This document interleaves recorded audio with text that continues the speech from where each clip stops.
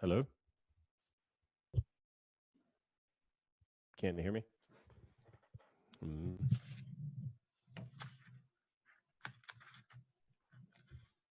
Hello? Hello? Hello, hello, hello. Hello? Yo, Hello? You can hear me? I can hear you. Yeah. Nice. Sounded like there Can was you hear me? Yeah, I can hear you. Cool. Yeah.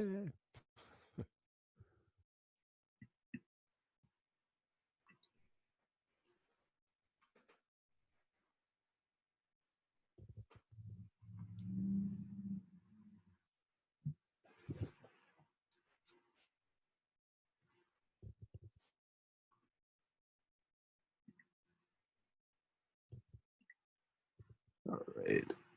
Oh, hold on a sec. All right.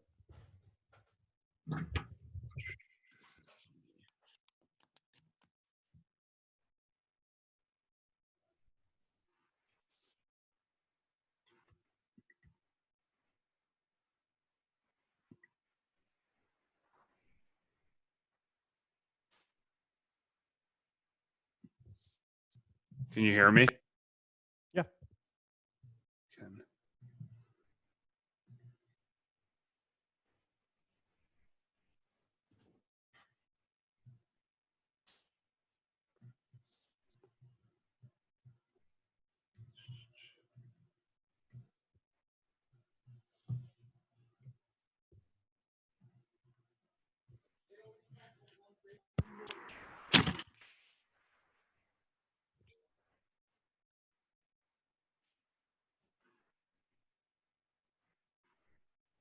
All right, you good to go? Yeah. I'm ready. Thanks, bro. Thanks for joining me. Appreciate it. No, that's cool. You're an absolute legend in the game. Which game is that? Just all gaming. I mean, I've been following you for quite some time. I saw you. I think last year you did the Wilson Ball Glove. You were live on the Wilson Ball Glove Instagram page. So They said, "Hey, will you take over our Instagram live?" And so I had to figure out what an Instagram live story thing was. And then once I figured that out, it seemed like it was pretty easy, but I was like, it's going to be about my boring day. And they were like, no, that's perfect. Show your boring day. And I was like, okay, it's pretty boring. I think you should you should do the Instagram live thing now and do your like. What does your day consist of now? Now that obviously during this, first off, you're safe and healthy. Your family's safe and healthy during this time.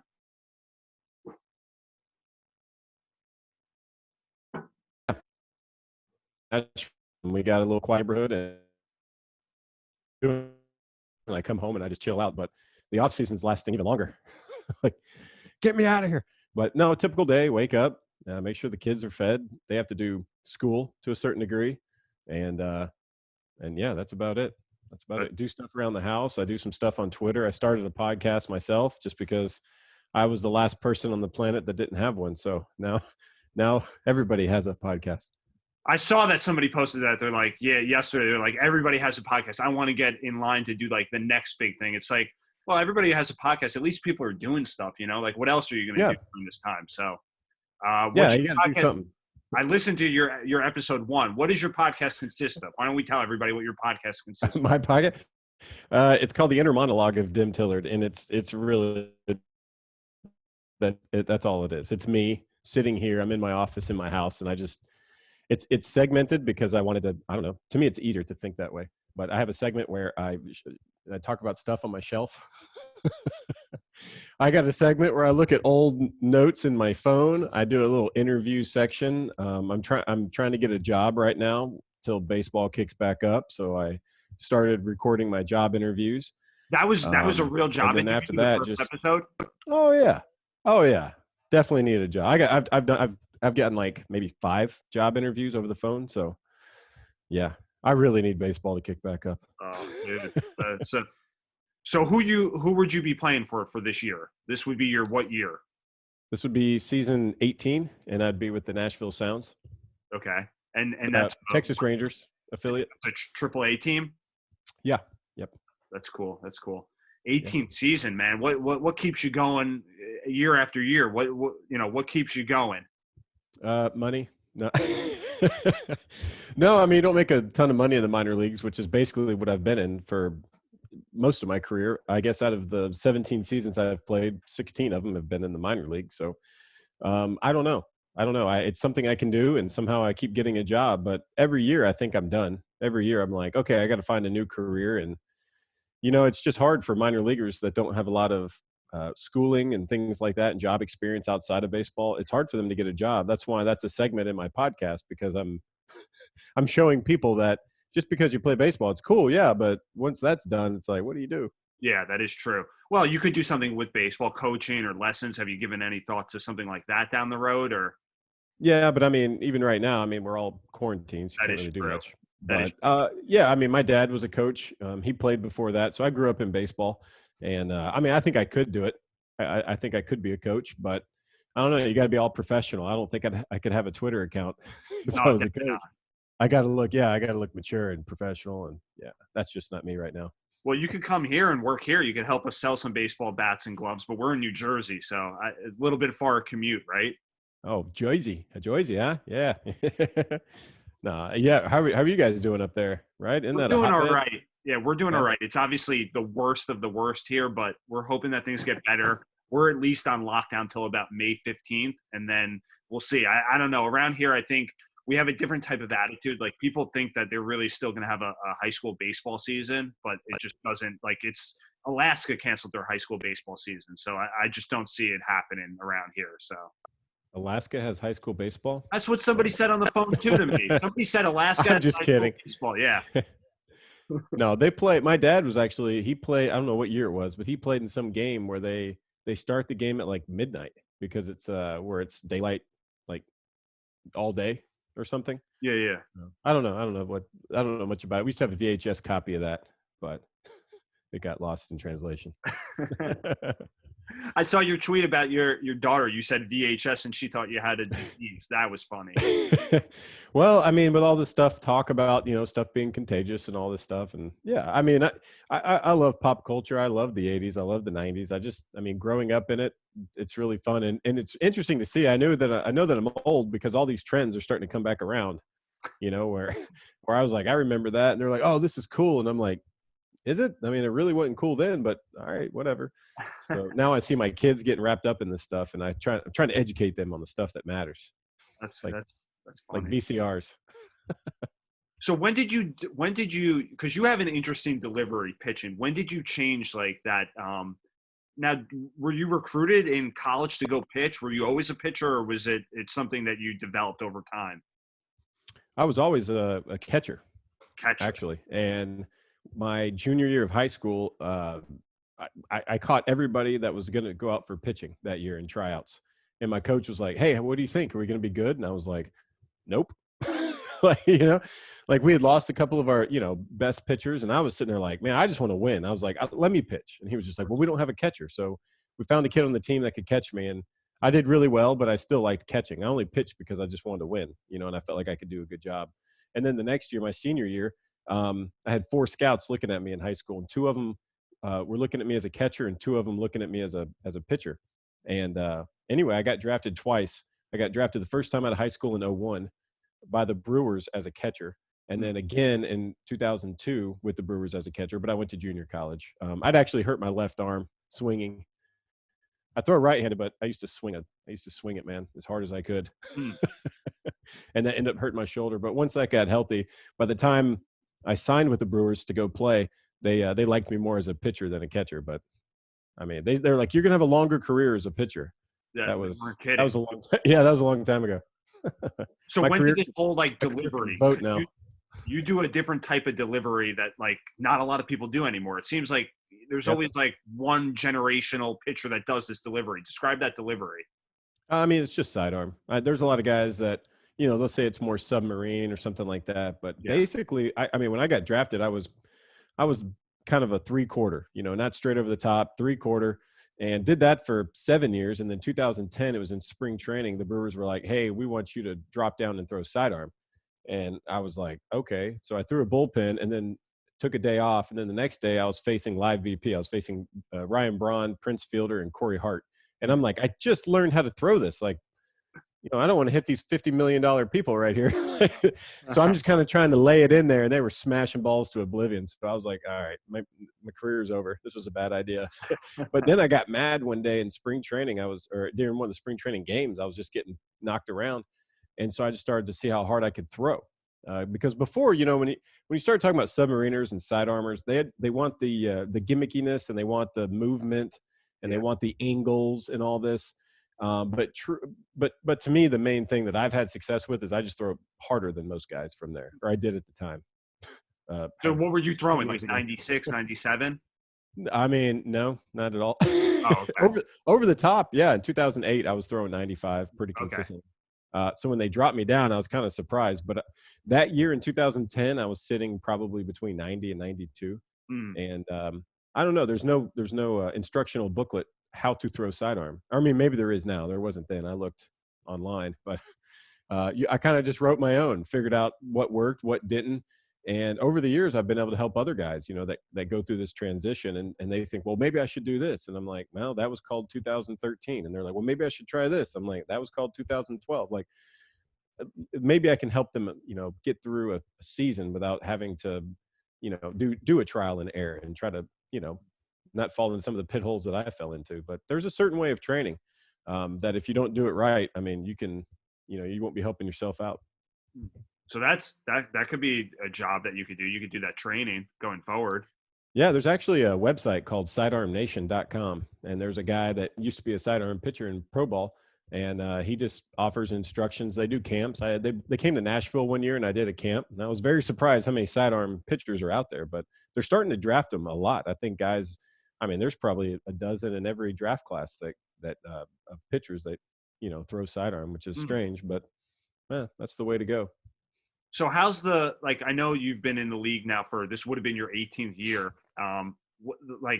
Describe the difference between the minor leagues and then the major leagues. What's the difference between that AAA team and then major league? I mean, it must be quite drastic, right? It's awesome. It's huge. The people say that the biggest transitions is between AAA and the big leagues. I don't know if you've heard that. That used to be a saying. That is not true. There's guys in AAA that have 5 years in the show, 10 years in the show. My first year playing in AAA, I faced Sandy Alomar Jr. I used to have that guy's baseball card, and here I am pitching against him. So you kind of get the idea. Played against Fernando Tatis Jr. one year. Or no, not Jr., his dad. I forgot his dad's name. But anyway, yeah. So that's the thing is you're grinding it out in the minor leagues. You fly on Southwest usually. You get to the Holiday Inn or whatever.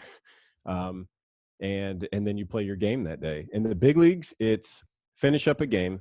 You take a charter bus to the airport, you fly, you drive up on the tarmac, you get on your private plane, that has all the food. The food's great. There's 9 different kinds of cheeses on these big league flights. I mean, it's just anything you can imagine. It's like, would you like a king size M&Ms? And I'm like, of course I'll take 2 because you can. It's the big leagues. You can do it. I mean, it's the big leagues. Yeah. And, and then you fly and you land, and then you get off on the tarmac and ride onto a bus. Bus takes you right to, I mean, I the few times I spent, had road trips in the big leagues. We stay at the Ritz-Carlton, the Westins, all those names that are difficult to say. And I don't know, I take the soaps and the shampoo and and all that stuff because you never know when you get another chance. And I mean, and that's what it is. And you get there and you get a great night's sleep, and then you wake up, and then, you start your day for that game. But the minor leagues, you may have a night game, and then the next day you fly out, or you get to the airport at 4 a.m. You fly out at 5 a.m. You get to the city at noon to 1. You don't even go to the hotel. You go straight to the field and you play a game, at 7, and then you get to sleep that night. Yeah. So it's apples and oranges. I mean, it is baseball, but and the caliber of baseball is actually pretty similar. I mean, obviously you got no, definitely. Or performance wise, they're the best of the best. But the AAA, I'm telling you, there's probably 4 guys in every lineup, every AAA lineup that could easily fill in and bat 7th, 8th, or 9th in the big leagues easily. So as far as that goes, yeah, there's not much difference. But as far as the travel and the amenities, yeah, it's a little different. So the grind is really what, obviously, in the minor leagues. The grind. Well, people all the time, I love watching, and this is kind of why I started Twitter, is just to kind of show that, baseball players, I mean, we're people too, the minor leaguers. Like I don't have a Maserati or some of those other cars. I have an old car, but people take pictures of their cars, of their shoes, and they're like, "Hey, check out all my bling and all this." And I don't want to do that. Even if I had that stuff, I wouldn't want to do that. So I don't know. I kind of poke fun at that kind of stuff. Like nobody really cares. Like and big leaguers, they're not grinding. Like you're not grinding. It's not. I mean, is it hard? Yes, but it's not grinding. I mean, grinding is doing the exact same job they're doing on a lower level, for way less pay in a harder environment. If that makes sense. Anyway. So minor leaguers, I mean, because that's been a hot topic now. Minor leaguers pay that, like, I know that you agree that it should be increased, right? I mean, you always want to get paid more. Yeah. Wouldn't, I've asked for a raise every year, but usually they're like, "Hey, I guess we'll give you a job and we'll give you free coffee anywhere you go." And I'm like, "Deal." Like, yeah, there'll be coffee at the field. I'll sign. Where's that dotted line? I played with LaTroy Hawkins. He played for like 21 years. Yeah. And I don't know what year I was with him. Maybe his 18th year in the big leagues or something like that. And we were just sitting in the bullpen one day. I think we were in Minnesota. And I just asked him, "Hey, how do you stay? How do you still have a job?" Because there's a lot of guys that would like to play, and it's hard for them to find a job. And he says, "Just be cheap. Don't ask for these ridiculous amounts of money. Play, and you're betting on yourself. Like you're saying, hey, I'm going to stay healthy. I'm going to fill a role for you." And so if you look back at his career, he signed a bunch of these, smaller deals, betting on himself, stayed healthy, did well, and kept getting a job. And he played, he pitched for 21 years. So, I mean, to me, that's the approach I take. And I think sometime along the way, guys thought, I want big league camp. So if you don't put me in big league camp for spring training, I'm not going to sign with you. Well, then they turn around and there's no one to sign with, and those spots fill up. So me, I'm like, "Hey, can I come to spring training?" They're like, "Yeah, but we're not going to pay for you a hotel." So I'm like, "All right, I'll sleep in my car for a week. Who cares?" True story. Oh, wow. But that's the kind of stuff you go through. But that's part of it. Yeah, I hear you. So when did you start these like Twitter, like videos and Instagram videos with like your team? Like you do these different videos. That's what you're like kind of like known for on Twitter and Instagram. Do some of is it hard getting teammates that are like you that want to be in those videos? Not really. I mean, you can see the personalities. I think what's just finally coming along in the last few years, and I like to think I helped a little bit, probably not, but is baseball players it's a real strange job. They tell you where to go, what to wear, what to do, where to be. Like it's very, I always say all the time, I'm not a grasshopper, I'm an ant. Like you're an ant. You just follow along. They just tell you what to do, where to go, and all this. And what ends up happening, it's not a occupation where you can really show your creativity or your personality. You kind of get, you put the hat on and then that's it. But in the last several years, guys with like facial hair and their flair with their cleats or their batting gloves, or especially the social media stuff, I think people are starting to realize, oh, these guys have talents outside of what they're doing on the field. I think, who is it? Mookie Betts. It's like he bowls like 290 or something like that. He's like an incredible bowler. Perfect game. Yeah, perfect game. Yeah. I need to be one of those. But yeah, like that. But there's a lot of personalities out there, and so I think one of the things I like to do is I find these guys that are wanting to put that on display, and I'm like, "Hey, man, you want to be in a video?" And they're like, "No, not at all." And I'm like, "Oh, please." But most times, guys, when they see the way it plays out, like how it works, then they're like, "All right, I could do that." And so then next thing I know, after a couple of weeks, guys are like, "Hey, man, I want to be in a video." It's like, "All right, let's do this. What do you want to do?" That's funny. The Anchorman one was pretty funny, I thought. The one from this spring training? I've done like 7 Anchormans. Oh, yeah. The one from this spring training was funny. Oh, yeah. We had Nick Goody. That guy killed it. He was my throwing partner in spring training before it was, spring training. I miss you. But he was stellar in it because he had a lot of strange noises and parts to do in it, and he killed it. He's been around a while too, that guy, right? Nick Goody? Yeah. I think so. I mean, he's younger than me, but doesn't mean he hadn't been around a while. So when did you decide to grow like all the facial hair? Because that's not, when you first came up, that's not how you looked. Yeah. So I told you my dad played and coached. And one of the things that they tell scouts, so when they're scouting like a high school guy or college guy, or even professional scouts, when they're going to watch people in the minor leagues, they want to see like, what's this guy's maturity level? And so you want to look young. You know, I've spoke at like high schools and colleges, and not many, but some, and that'll let me in. And I tell them, I'm like, you want to look young. I know it's cool to like, hey, I want to have this mustache or goatee, but if you're a scout, you want to sit there and go, wow, this guy's really good. And he looks like he has a lot of room to grow. And so for my first 12 years in professional baseball, I shaved before every game. Whether knew I was going to pitch or not, didn't matter. I was baby faced. I wanted to make sure I was young. And then I was in Double A for the third time in 2014, I think. And then I was like 30 years old. So I realized, you know, people know that I'm old now. So the next season I was like, if I get a job, I'm going to go full beard. And I did. I got a job and I grew full beard. And so that's kind of been my thing. That's cool. I feel like you're just missing some tattoos. Yeah, I don't have the body for it. Some people do. Some people are like, look at my body. I could put tattoos on this. I'm like, I actually put more layers on. You know, I have like 3 shirts on right now. And what type of Wilson glove do you use? You just use a regular Wilson B2, right? Yeah, B2 Bomber. Yeah, the original.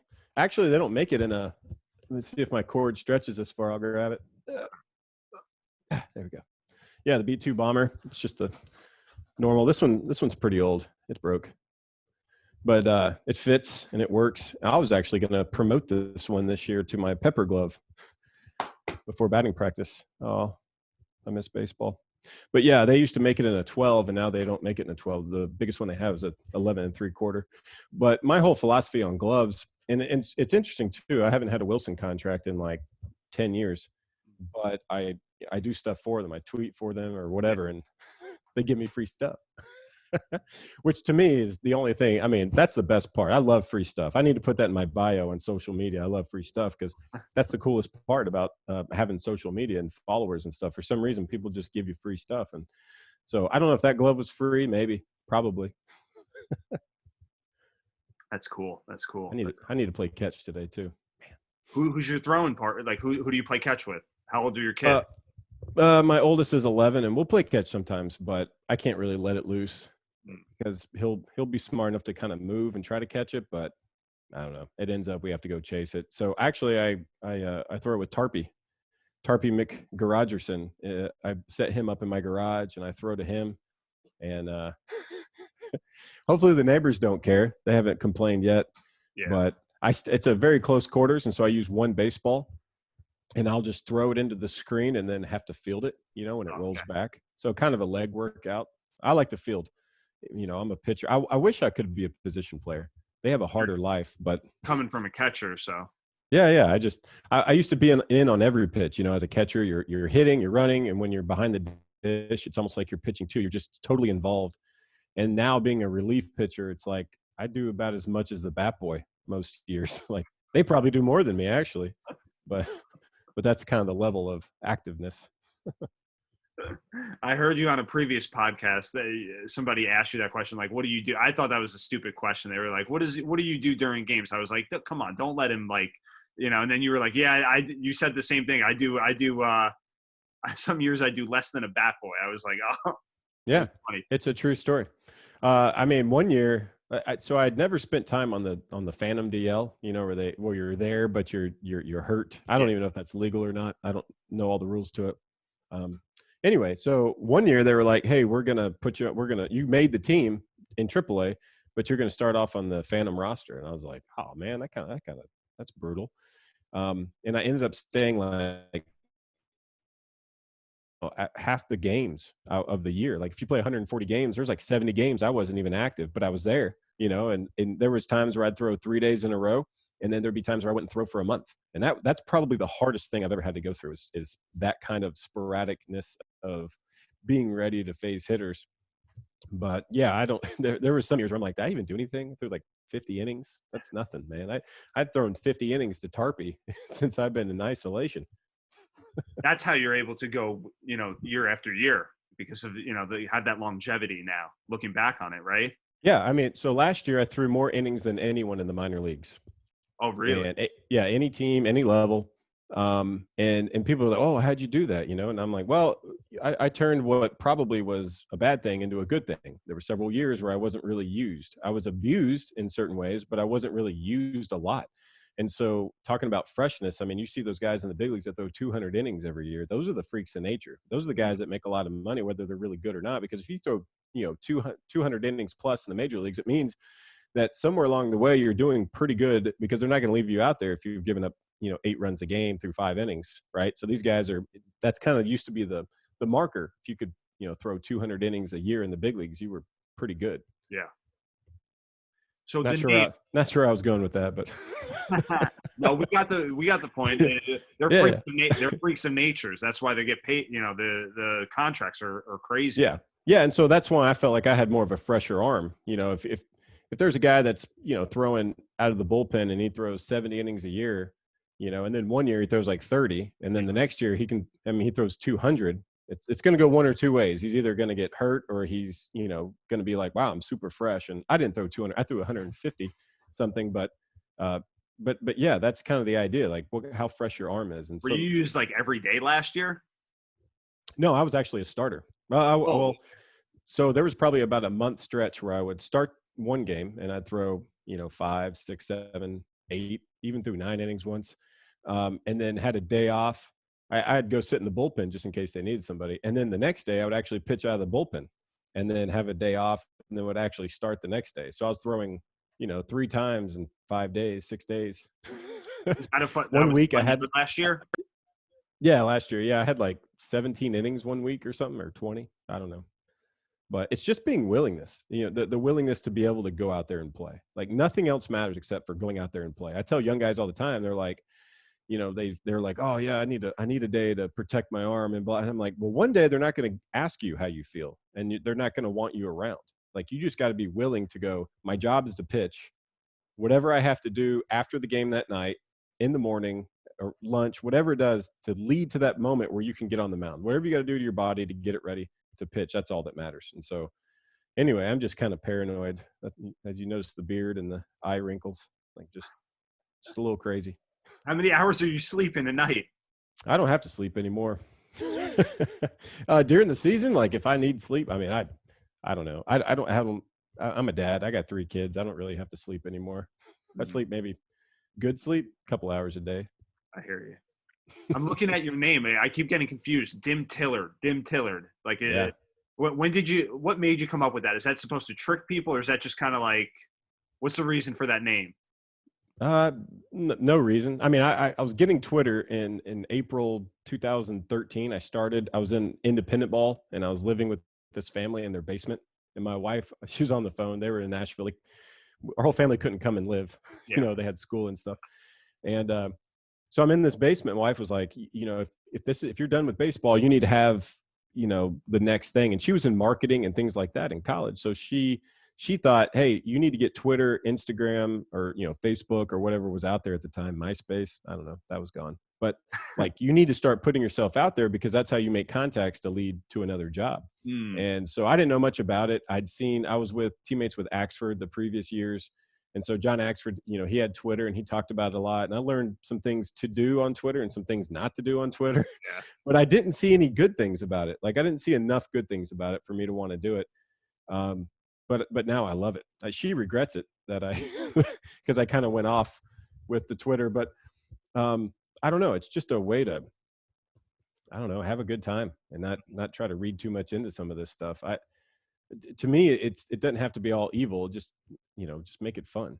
I'm not sure what the question was before that. I got off on a tangent again. Oh, the name. Yes. So I got Twitter. I looked down there and I'm like, all right, here's Tim Dillard. And there was like 25 Tim Dillards. And I was like, well, I don't feel very special. Here I am thinking I had this like really cool name. But that's why I brought it up, because John Axford would always do that. He would make fun of people's names and change their letters and stuff. And so he called me Dim Tillard. So I was just like, let's see if there's a Dim Tillard. And anyway, it caught fire. And so that's kind of been my name across all the social media platforms. My friends will call me Dim sometimes on accident. My mom. But, yeah, I kept looking at it. I'm like, man, I forgot your name for a second. I was like, I know it's Tim. Why does it say Dim Tillard? I was like, and I knew Dim Tillard's way cooler. Any thought to change it legally or no? No, I mean, I don't even know how to do that. Probably costs money. I'm out. That's so funny. So independent ball, how would you describe that? Mm. You liked independent ball? Because I've had people say they Yeah. love independent ball. Yeah, I had 2 stints there and, played in Lancaster, Pennsylvania, not Lancaster, Lancaster. And, what you're gonna find there that you don't find in the minor leagues is, guys in the minor leagues don't know enough yet. Usually young guys that don't know that they're taking the game for granted. So you'll get a young prospect that's, the coaches build up to, oh man, you're great, you're doing great, just keep doing this, you'll be in the big leagues. And they have like an 11 ERA, and they're just not even concerned. They're not trying to change anything. They're just like, I'm going to trust the process and go through. And so you kind of have this ego that comes along with it. Like, I'm super important. They gave me a lot of money or whatever. Independent ball, there's no egos. That's why it's some of the better clubhouses I've ever been in, because you got a bunch of guys making no money. We have no health insurance. So who's in there to brag? Who's in there going, hey, check this? So everyone's on the same page, and it's just fun, because the whole point is, hey guys, let's get together. You could be sitting at home doing nothing, or you could be in an office cubicle, but you're here playing baseball, and all they want us to do is win. So let's just go beat the crap out of this other team. And it's that simple. You go out there, and all they do is want to win. It's great. And I don't know, it's a very pleasant experience. The only thing is, like I said, it's tough to stay there for a long time because you can't make any money. So you did, how many years? You said you did 2 stints. When Yep. were they, how far apart?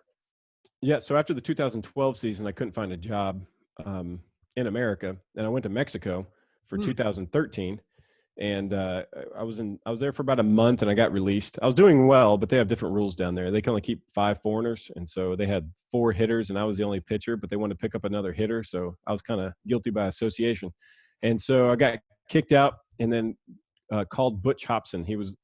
Butch Hobson was the coach in Lancaster, and he had played with my dad back in 70 something with the Red Sox. So I was like, hey man, maybe this guy will give me a chance. And he was like, I thought for sure I'd make the team. And he was like, well, you can come try out, but there's no guarantees you make the team. I was like, oh, dang. So I jumped in my car and drove like 14 hours to Pennsylvania and made the team. They practiced, had tryouts for like a week, made the team. And then I was there about a month, and I got picked up by the Brewers. And so I actually was put back here in Nashville. So anyway, and then I couldn't find a job at the end of 13. So I went back to Lancaster in 14, and then got picked up and went to AA for the Brewers. And so I jumped in my car and drove however many hours to Montgomery, Alabama, to play against the Biscuits.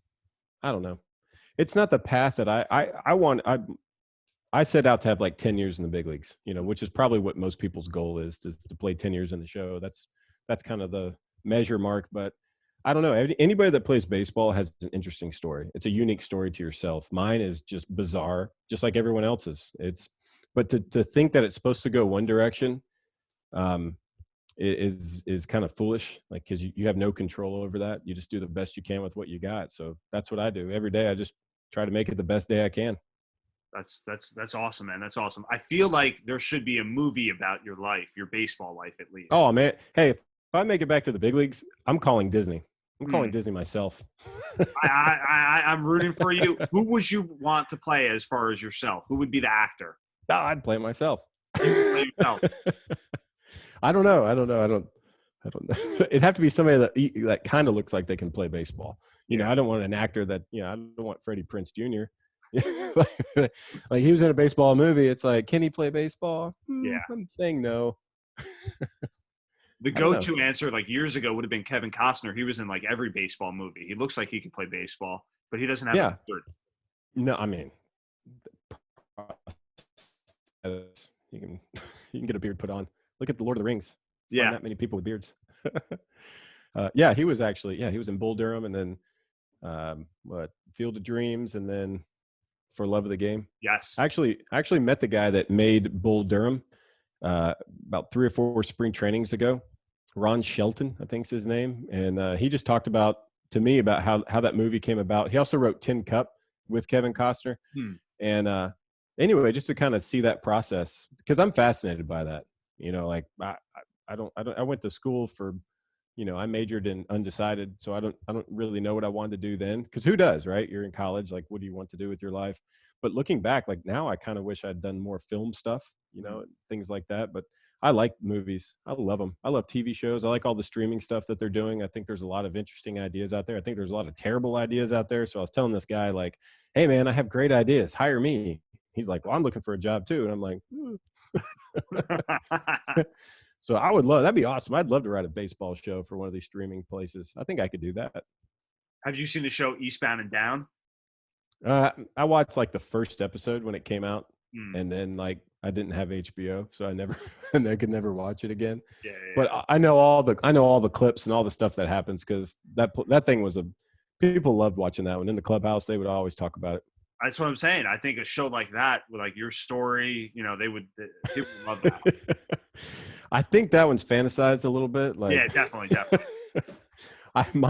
My show would probably be more PG-13. I'm leaning towards, because that's kind of what I do with my social media. Like, I don't want to put anything out there that my kids couldn't watch.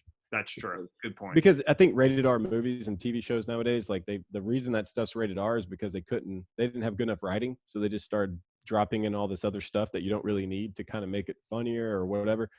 But some of the best movies, if you look back, some of the best movies, the funniest movies, that are PG-13, they're just well written, like Dumb and Dumber, like just perfectly written. So to me, there's a lack there. There's a PG-13 comedy lacking, that little genre, and I'd like to fill that. I'm rooting for you, man. I hope they start baseball first of all, and then I hope that you're able to obviously make it to the major leagues. We're rooting for you here in North Jersey. So yeah, that'd be incredible. Like I said, I would call Disney. Oh, you're getting a call. Oh no, yeah, I shut it off. My bad. Oh. It's all good. So where can we check you out? Anybody that's after this interview, after this podcast, people are going to be like, that guy, Dim Tillard or Tim Dillard, he's awesome. Where can I check him out? Just, I don't know. You can go to dimtillard.com. I got my own website. I don't know why. There's nothing on there. I mean, there's stuff on there, but it's pointless stuff. And that's what I offer. I offer, the rabbit hole. Like, you just keep looking and you're like, why am I looking at this? There's no reason. But some of it's humorous. That's what I'm going for. I'm trying to be funny. But yes, pretty much Instagram, Twitter, Facebook, TikTok, which I don't even know what that is yet, but I have it. YouTube. Type in Dim Tillard. And then I got a podcast that's on Apple iTunes thing. Or is that what it's called? I don't know what it's called. Apple. Apple. And then Spotify. So I don't know. I'm out there. There's no reason. I'm just basically trying to do whatever I can. I've written blogs and, all sorts of stuff. So this is just the next thing. Well, we're rooting for you, man. Thanks for taking the time out of your quarantine schedule to join us. All right. Oh yeah. I was just hiking near a waterfall, and luckily we made it home just in time for this. I appreciate it, man. I'll see you. Thanks, Mad Max. Later. See you.